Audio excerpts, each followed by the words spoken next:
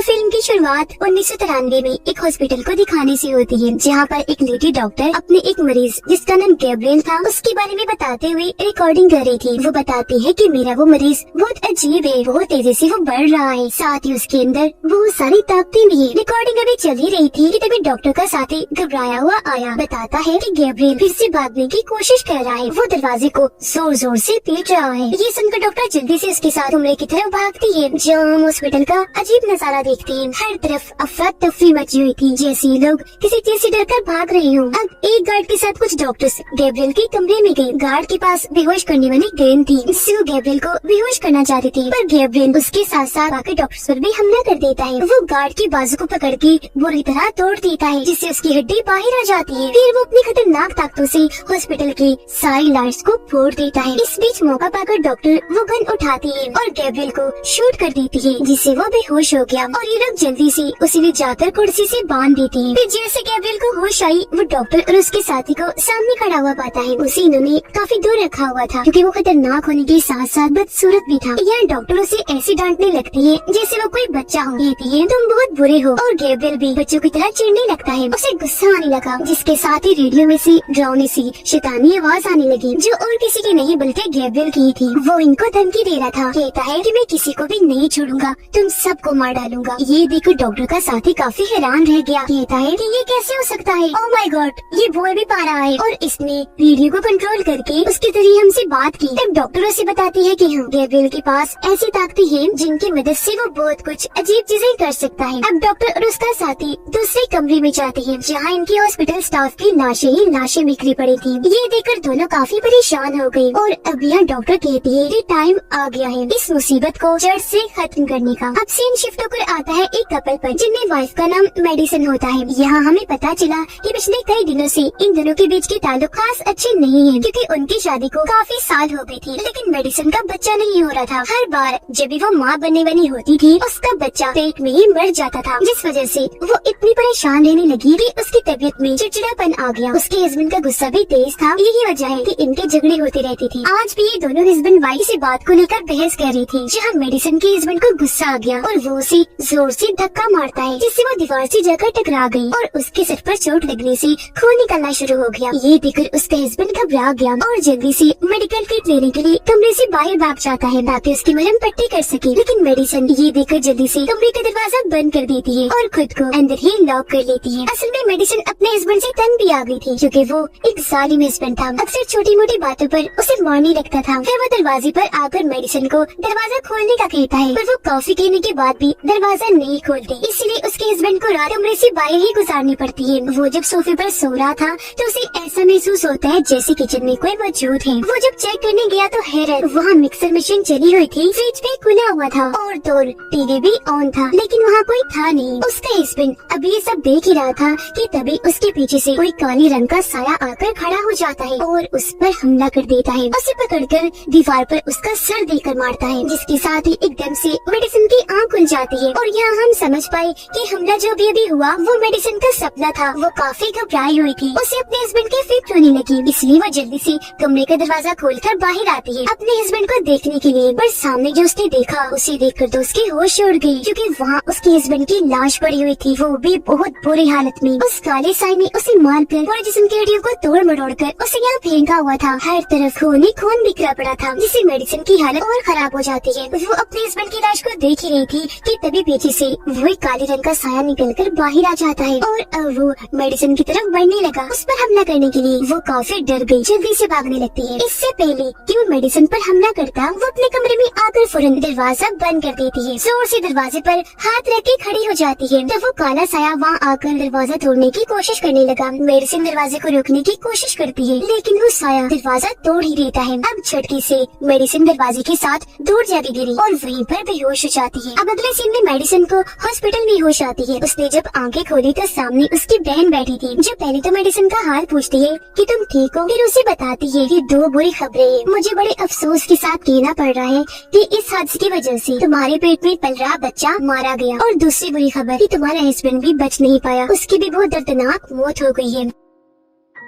अब भी मेडिसिन के लिए बहुत दुख की बातें थी, इसलिए वो रोने लगती है। उसे काफी गहरा सदमा लगता है। इसलिए जब डिटेक्टिव यानी पुलिस ऑफिसर यहाँ उसे पूछताछ करने आते हैं तो उनके सवालों का भी मेडिसिन जवाब नहीं दे पाती। इसीलिए डिटेक्टिव लैब इंचार्ज के पास जाता है सवालों का जवाब पाने के लिए, जो उसके हस्बैंड की लाश को चेक कर रही थी। तब वो बताती है कि उसके हस्बैंड की लाश पर से उंगलियों के निशान मिले हैं, जो और किसी के नहीं बल्कि मेडिसिन की लग रहे हैं। और ये मुमकिन हो सकता है कि अपने हस्बैंड को मेडिसिन नहीं मारा हो, क्योंकि वो उस पर बहुत जुल्म किया करता था। फिर इसके बाद मेडिसिन की बहन उसे उसके घर छोड़ाती है। रात को जब वो अपने कमरे की खिड़की के पास खड़ी थी तो उसे बाहर की लाइट्स अजीब तरह से जलते बुझती नजर आती है, जो देखकर मेडिसिन काफी घबरा गई। और फिर तभी वो वहाँ उस काले साए को देख लेती है, जिससे वो इतना डर गई कि फौरन भागी और अपने घर के सारे दरवाजे और खिड़कियाँ बंद करने लगती है। जिसके बाद सारी लाइट्स भी ऑफ कर दी। लेकिन तभी वो ये देखकर काफी हो गई कि एक दरवाजा अपने आप ही खुल गया। वो डर गई, जल्दी से भागकर अपने कमरे में आकर दरवाजे को लॉक कर लेती है। अब ये रात ऐसे गुजर गई, कुछ भी नहीं हुआ। तो अगले दिन मेडिसिन जब जागी तो उसे बचने का एक आइडिया आया। वो ड्रिल मशीन लेती है और अपने काम पर लग गई, यानी वो हर दरवाजे पर डोर लॉक्स लगाने लगती है। अगले दिन मेडिसिन की बहन उससे मिलने आई। यहाँ हमें पता चला कि वो दोनों सगी बहनें नहीं है, उनका खून का रिश्ता नहीं है, बल्कि जब मेडिसिन 8 साल की थी तो उसकी सौतेली बहन के मॉम डैड ने मेडिसिन को गोद ले लिया था। और 8 साल से पहले क्या हुआ वो कोई भी बात मेडिसिन को याद नहीं थी, वो सब भूल चुकी थी। अब हम एक औरत को देखते हैं जो एक टूर गाइड थी, यानी वो लोगों को अंडरग्राउंड एक शहर की सैर करवाने में उनकी मदद करती थी और पूरे सफर में उनको गाइड करती थी। इस वक्त भी वो अपने कस्टमर्स को एक खौफनाक शहर के बारे में बता रही होती है, जिसके साथ ही टूर खत्म होने के बाद सब लोग उसे पैसे देकर वहाँ से जाने लगते हैं। अब एक जगह पर आकर जब वो अपना काम निपटा रही थी तो अचानक वहाँ की सारी लाइट्स जलने बुझने लगती है और देखते ही देखते लाइट्स ऑफ होने लगी। टूर गाइड को लगता है कि वहाँ कोई है, तो वो चेक करने उस तरफ जाने लगी। उसकी नजर जब छत पर गई तो वहाँ एक जौना से क्रिएचर बैठा था। इसे देखकर वो बहुत डर गई। इससे पहले कुछ समझ पाती वो झट से नीचे आया, एकदम से उस पर हमला कर देता है। अब जब टूर गाइड को होश आई तो वो खुद को अजीब सी जगह पर बंधा हुआ पाती है। उसके मुंह पर टेप लगाई हुई थी और दोनों बाजों को रस्सियों से बांधा हुआ था। यहाँ एक रेडियो भी रखा हुआ था, जो शुरुआत वाले रेडियो जैसा ही लग रहा था और उसमें वो शैतानी आवाज थी जो हमने शुरुआत में सुनी। और क्योंकि वो आवाज तो गैब्रियल की थी तो यहाँ हमें ये समझने में देर नहीं लगती कि ये क्रिएचर और कोई नहीं बल्कि गैब्रियल ही है। वो फिर टूर गाइड के पास आया और उसे कहने लगता है कि बहुत जल्द मैं तुम्हें भी मार दूंगा, लेकिन तुमसे पहले मुझे उस लेडी डॉक्टर से निपटना है। अब वो लेडी डॉक्टर जब अपने घर में थी तो उसे गैब्रियल की कॉल आती है, जो उसे याद करवाता है कि मैं वही मरीज हूँ जिसे तुमने कैद किया हुआ था, डॉक्टर वाला, तुम जिसे बच्चों की तरह डांट रही थी। वो अपने बारे में सब बता तो देता है, पर लेडी डॉक्टर समझ नहीं पाती क्योंकि वो पहचान ही नहीं पाती कि ये गैब्रियल ही है। फिर कॉल काटने के बाद वो अपने ऑफिस आकर एक फाइल ढूंढने लगी। उन्हें वो फाइल मिल भी गई, जिसे खोलने पर अंदर से एक छोटी बच्ची की तस्वीर निकलती है, जिसकी उम्र तकरीबन 8 साल थी। मेडिसिन अपने घर में थी कपड़े धोने के लिए। जब वो मशीन खोलती है तो वहाँ उसे लेडी डॉक्टर की परछाई दिखाई देती है, जिसे एकदम डरकर वो पीछे हट गई। जिसके साथ ही मेडिसिन का घर पूरा बदल कर लेडी डॉक्टर के घर में बदल जाता है, यानी वो डॉक्टर के घर पहुँच गई थी। यहाँ भी मेडिसिन उस काली साई को देखती है, जो और कोई नहीं बल्कि गैब्रियल था। वो लेडी डॉक्टर को बालों से पकड़कर जोर से जमीन पर पटक के मारता है, फिर दोबारा डॉक्टर को उठाकर पटक पटक कर इधर उधर दे देकर मारता है। पर मौका पाकर डॉक्टर वहाँ से उठी और भागने लगी। गैब्रियल भी उसके पीछे गया, जिसने हाथ में ट्रॉफी पकड़ी हुई थी। वो डॉक्टर को पकड़कर ट्रॉफी की नोक से उस पर वार कर देता है। फिर कई बार उसने वार किया, सर कोई को चल के रख देता है, जिससे डॉक्टर की बड़ी दर्दनाक मौत हो जाती है। ये देखकर मेडिसिन काफी डर गई,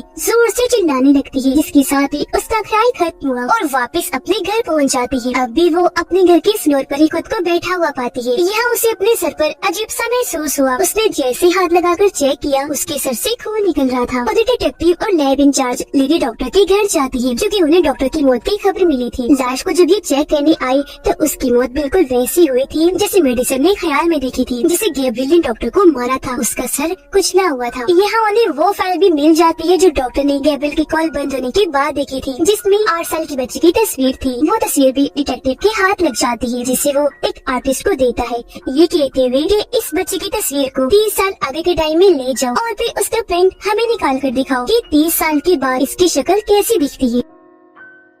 यहाँ लैब इंचार्ज डिटेक्टिव को बताती है कि वो लेडी डॉक्टर बच्चों की डॉक्टर थी और बच्चों की सर्जरीज ऑपरेशन करने में काफी माहिर थी, जिस वजह से वो बहुत मशहूर भी थी। अब गैब्रियल वापस अपने ठिकाने पर आ जाता है, जहाँ वो डॉक्टर के घर से अपनी 60 ट्रॉफी का वो नोकदार तेज हिस्सा भी लाया था, जिससे उसने डॉक्टर को मारा था। उसकी मदद से वो अपना हथियार बना रहा होता है। फिर हथियार के तैयार होने पर वो उसे टूर गाइड पर टेस्ट करता है अपना निशाना और अच्छा करने के लिए। अब मेडिसिन को जब लेडी डॉक्टर की मौत का पता चला तो हैरान होने के साथ साथ वो काफी दुखी भी हो गई, और क्योंकि काफी थक गई थी तो अपने बिस्तर पर जाकर लेट जाती है, जहाँ उसे फिर से एक ख्याल आने लगता है। इस ख्याल में वो लेडी डॉक्टर की साथी को देखती है, जो अपने बिस्तर पर लेटा आराम कर रहा था, जहाँ तभी उनके पास आता है गैब्रियल, जिसने हाथ में वो तेजधार ट्रॉफी वाला हथियार पकड़ा हुआ था। वो डॉक्टर के बहुत करीब आकर बैठ जाता है। डॉक्टर ने जैसे उसे देखा वो चीख मार देता है। तब गैब्रियल वो तेजधार हथियार पहले उसके चेहरे में घुसाता है, फिर बार बार वार करने के बाद सीने में भी घुसा देता है, और ऐसे डॉक्टर की मौत हो जाती है। ये ख्याल देखते ही मेडिसिन काफी डर गई, उसकी आँख खुल गई, जहाँ वो जोर जोर से चिल्ला रही होती है। यहाँ वो पहली बार गैब्रियल का चेहरा देख पाती है, जो बहुत ही डरावना बदसूरत था, जो देखकर तो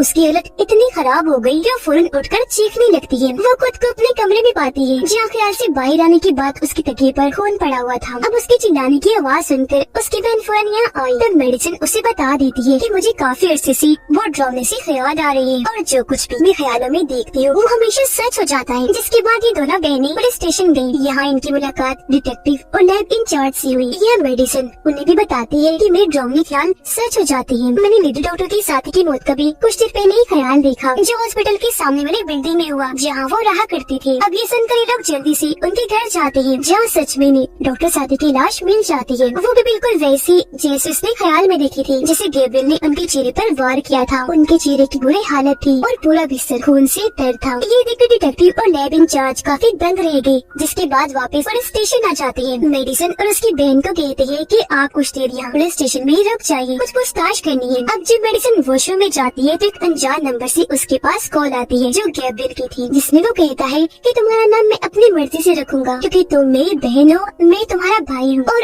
अब मैं इतने सालों के बाद वापस लौट आया हूँ तुम्हारा और अपना बदला लेने के लिए, जिसमें मैं मासूम और गुनाहगार लोगों सबको मारूंगा। ये सुनकर मेडिसिन काफी घबरा गई। वो अपनी बहन के पास आई और ये दोनों फौरन पुलिस स्टेशन से चली जाती है। उनके जाने के बाद डिटेक्टिव आर्टिस्ट की भेजी हुई फाइल देखने लगता है, जिसमें उसने बच्चे की तस्वीर को बदल दिया था। यहाँ हम ये देखकर काफी दंग रह जाते हैं कि 23 साल आगे के टाइम में उस बच्चे की तस्वीर को बदलकर मेडिसिन का चेहरा सामने आता है। अब वो दोबारा से इस फाइल को पढ़ता है, जहाँ उसे पता चला कि मेडिसिन की सौतेली मोम ने उसका इलाज करवाने के लिए उसे लेडी डॉक्टर के हॉस्पिटल में दाखिल करवाया था। इस लेडी डॉक्टर की अब मौत हो गई है, जहाँ मेडिसिन का इलाज उस लेडी डॉक्टर के साथ साथ उसके दो साथियों ने किया था। पर अब क्योंकि लेडी डॉक्टर और उनकी एक साथी की तो मौत हो गई है, तो जो तीसरी डॉक्टर थी जो अभी जिंदा थी, वही डिटेक्टिव को सारी सच्चाई बता सकते थे। इसी सोच के साथ डिटेक्टिव उस डॉक्टर से मिलने उनके घर के लिए निकल जाता है। मेडिसिन और उसकी बहन अपने मोम के पास पहुंची, जहाँ उनकी मोम बताती है कि जब मेडिसिन छोटी थी तो इसका एक ख्याली दोस्त था जो सिर्फ इसी नजर आता था, जिसका नाम गैब्रियल था। उनका ये बताना ही था कि फिर से मेडिसिन को ख्याल नजर आता है, जिसमें वो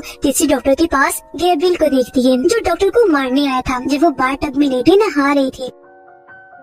इतनी ही देर में यह डिटेक्टिव भी आ गया, जो गन को सामने करते हुए डॉक्टर की तरफ बढ़ रहा था। लेकिन तभी ऊपर से गैब्रियल आकर उस पर हमला कर देता है और उसे नीचे लिटा लेता है। यह डिटेक्टिव भी उसका इतना भयानक चेहरा देखकर डर गया, जिससे वो बेकाबू हो गया। इस चीज का फायदा उठाकर गैब्रियल उस पर बार बार वार करने की कोशिश करता है, लेकिन हर बार वो बचता रहता है। डिटेक्टिव उस पर वार करके दूर फेंक के मारता है और अंधाधुंध गोलियां उस पर चलाने लगता है, लेकिन गैब्रियल किसी तरह यहाँ से भाग जाता है। हालांकि डिटेक्टिव उसके पीछे गया, लेकिन वो फिर भी उसके हाथ नहीं लग पाया। अब डॉक्टर की जान तो बच गई, लेकिन इसी के साथ मेडिसिन अपने ख्याल से बाहर आ जाती है। अगले दिन डिटेक्टिव और लैब इंचार्ज अपने साथ एक दिमाग के डॉक्टर को लाते हैं, ताकि वो थेरेपी करके मेडिसिन की पुरानी यादों को खोल सके, जो सारी चीजें वो भूल चुकी है। थेरेपी के दौरान मेडिसिन बताती है कि जब मैं छोटी थी तो गैब्रियल की हरकतों की वजह से मुझे डांट पड़ती थी। वो मुझसे उल्टे सीधे काम करवाया करता था। जिसके साथ ही मेडिसिन यहाँ अपने बचपन की एक कहानी सुनाती है कि एक दिन मेरे पास गैब्रियल की कॉल आई, जिसने मुझे कहा कि अपनी आंखें बंद करो, तुम्हारे सामने एक केक रखा है, जिसे तुम बड़े से चाकू से काट कर अपने मोम को दो। पर जब मैंने आंखें खोली तो मेरे सामने कोई केक वेक नहीं था, बल्कि मेरे सामने मेरी मोम का पेट था। और गैब्रियल मुझे कह रहा था कि तुम अपने मोम का पेट काट दो ताकि तुम्हारी मोम के पेट में जो बच्चा है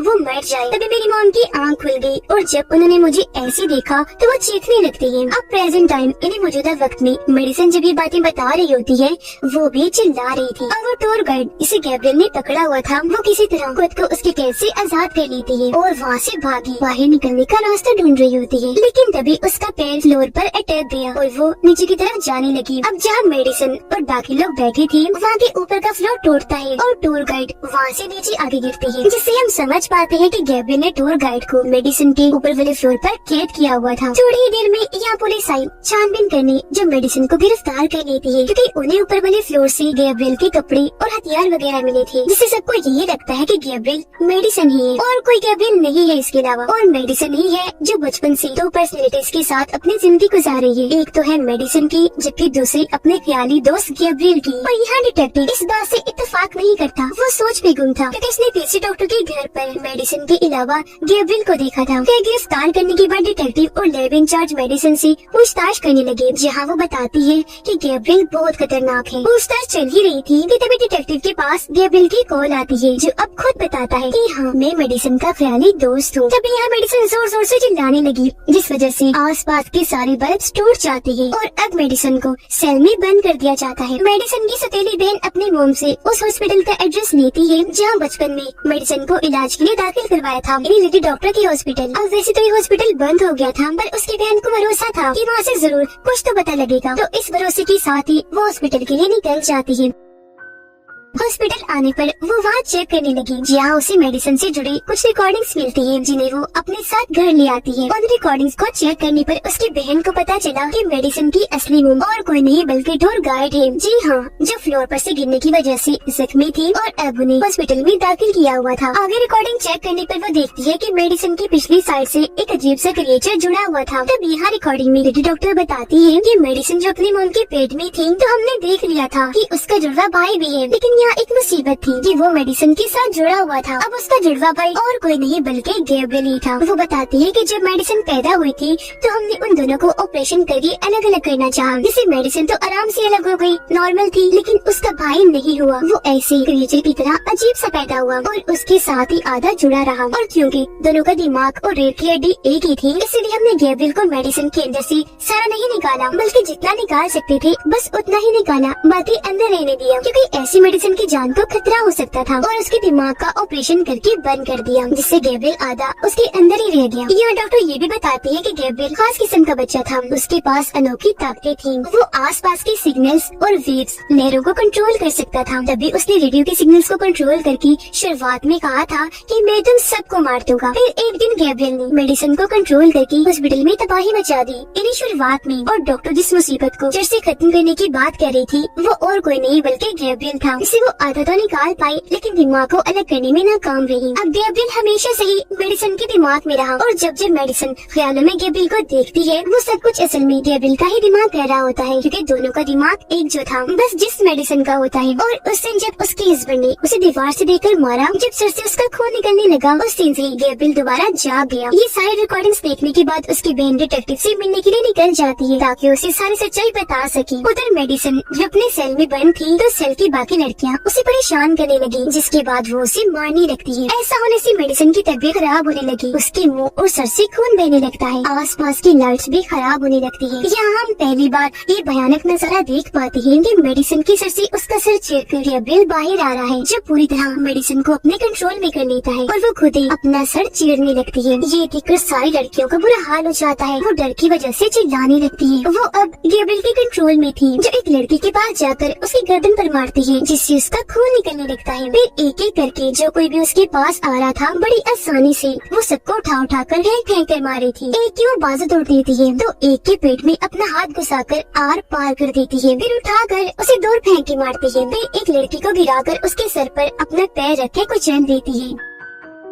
घूमकर एक के पास आई और उसे नीचे गिराकर उसकी गर्दन मरोड़कर मार देती है और ऐसे उसने सबको एक एक करके बुरी तरह मौत के घाट उतार दिया। जिसके बाद मेडिसन यानी गैब्रियल वहाँ से बाहर निकलकर यानी खुद को आजाद करके अपने कपड़े और हथियार लेकर यहाँ से निकल जाता है। मेडिसन की बहन डिटेक्टिव को कॉल करके सब कुछ बता देती है, लेकिन डिटेक्टिव को कुछ भी समझ नहीं आता कि आखिर वो क्या कहना चाह रही है। अब डिटेक्टिव और लैब इंचार्ज फौरन सेल में गई, जहाँ उनका भी सामना गैब्रियल से हो जाता है, जो उन दोनों पर भी हमला कर देता है। वो दूर ही थे, घुमाकर उन पर वो कुर्सी फेंक के मारता है, जिससे वो दोनों काफी जख्मी हो गई और गैब्रियल यहाँ से भाग निकलता है। इतनी ही देर में ये मेडिसन की बहन भी आ गई। तब लैब इंचार्ज उन्हें फौरन उस हॉस्पिटल में जाने के लिए कहती है जहाँ टूर गाइड यानी मेडिसन की मॉम दाखिल थी, क्योंकि गैब्रियल का अगला टारगेट वही थी। वो जब हॉस्पिटल पहुंची तो वहाँ गैब्रियल उसकी बहन को भी जख्मी कर देता है, साथ ही एक गार्ड के सीने पर वार करके उसे भी मार देता है और अब वो मेडिसन की मॉम के कमरे में चला जाता है। यहाँ मेडिसन की मॉम उसे माफी मांगती है कि प्लीज मुझे माफ कर दो, मैं अपनी गलती मानती हूँ। हाँ, मुझे तुम्हें अलग करना नहीं चाहिए था, क्योंकि तुम भी मेरे बेटे ही थे, मुझे तुमसे भी प्यार करना चाहिए था, लेकिन अब प्लीज मेरी गलती को माफ कर दो। वो अपनी मॉम की बातें गौर से सुन रहा था और उनकी बात मानकर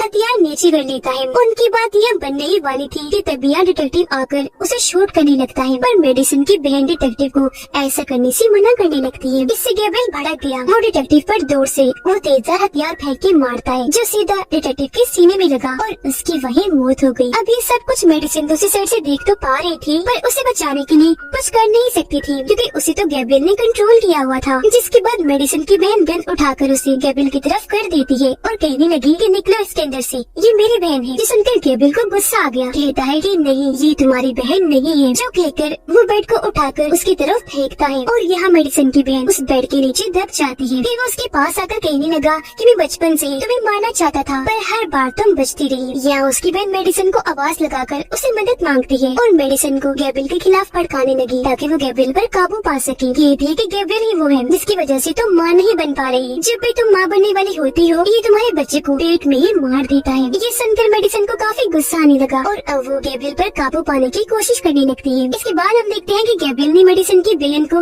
गन से शूट करके पहले उसे मारा, फिर मेडिसन की मॉम का गला घोंटकर उनकी भी जान ले ली। जिसके बाद गैब्रियल अपने सामने मेडिसन को पाता है, क्योंकि मेडिसन ने आखिरकार अपने दिमाग पर काबू पा ही लिया था और अब सब कुछ उसके हिसाब से हो रहा था। यानी कि मेडिसन की बहन और उसकी मॉम की मौत बस एक ख्याल थी, जो मेडिसन अब गैब्रियल को दिखा रही थी, जैसे वो पहले मेडिसन को दिखाया करता था, क्योंकि असल में उसकी मॉम और बहन जिंदा थी। यहाँ वो पहली बार गैब्रियल की आंखों में आंखें डालकर उसे बात करती है, कहने लगी कि मेरे जिस्म और दिमाग पर सिर्फ मेरा हक है और अब से इन पर सिर्फ मेरा ही कंट्रोल होगा, और अगली बार अगर तुमने फिर से मुझे कंट्रोल करने की कोशिश की तो सुन लो, मैं भी उसके लिए तैयार हूँ। उसका ये कहना ही था कि मेडिसन का खुला हुआ सर बंद हो गया और वो वापस अपने होश में आ गई और अब उसने गैब्रियल को अपने अंदर से निकाल कर हमेशा हमेशा के लिए जेल में बंद कर दिया था। होश में आने पर वो अपनी बहन को बेड के नीचे से निकालती है, जो कब से वहाँ दबी हुई थी पर खुशकिस्मती से जिंदा थी। उसकी जान बचाने के बाद मेडिसन उसे गले से लगा लेती है, कहने लगी कि सिर्फ खून के रिश्ते ही सब कुछ नहीं होते, बल्कि हमेशा वो आपकी होती है जो आपके साथ रहेंगे,